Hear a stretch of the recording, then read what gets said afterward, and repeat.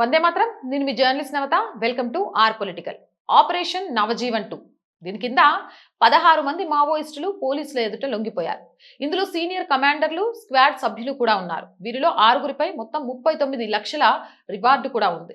వీరి నుంచి 11 ఆయుధాలు, 1562 రౌండ్ల మందుగుండు సామాగ్రిని స్వాధీనం చేసుకున్నట్లు పోలీసులు తెలిపారు.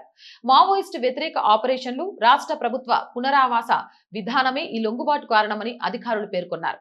Jharkhand police, CRPF, cobra battalion, Jharkhand jaguar సంయుక్తంగా చేపడుతున్న ఆపరేషన్ వల్ల మావోయిస్టు సంస్థపై ఒత్తిడి నిరంతరం పెరుగుతోందని డీజీపీ తడాషా మిశ్రా తెలిపారు. జార్ఖండ్ ప్రభుత్వ లొంగుబాటు మరియు పునరావాస విధానానికి స్పందించి చాలా మంది నక్సలైట్లు హింసా మార్గాన్ని వీడి జనజీవన స్రవంతిలోకి తిరిగి వస్తున్నారని ఆయన తెలియజేశారు. లొంగిపోయిన వారిలో 5గురు మహిళలు కూడా ఉన్నట్టు తెలుస్తోంది. లొంగిపోయిన 16 మంది నక్సలైట్లలో 11 మంది పురుషులు, 5గురు మహిళలు ఉన్నారు.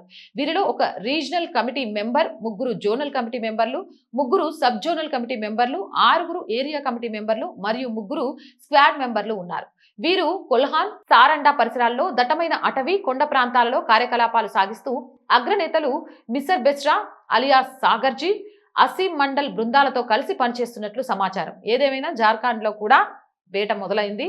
మావోయిస్టుల పూర్తి అంతానికి కొద్ది రోజుల సమయం పడుతుందని క్లియర్ గా అర్థమవుతుంది. దీనిపై మీ అభిప్రాయం కామెంట్ చేయండి. జై హింద్, జై భారత్. అండ్ రోజు చెప్తుందేనండి, R group of channels, R voice, R political, R Sanskriti channels ని వెంటనే సబ్స్క్రైబ్ చేయండి.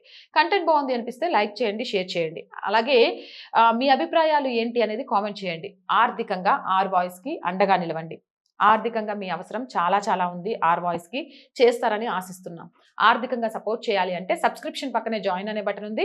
1 to 5 లెవెల్స్ ఉన్నాయి. ఏదో ఒక లెవెల్లో సపోర్ట్ చేయండి. లేదా స్క్రీన్ మీద గూగుల్ పే, ఫోన్ పేతో పాటు అకౌంట్ డీటెయిల్స్ ఉన్నాయి. మీకు తోచిన సహాయాన్ని అందించండి. వ్యాపార ప్రకటనల కోసం 8328500576 నెంబర్ని సంప్రదించండి. జై హింద్, జై భారత్.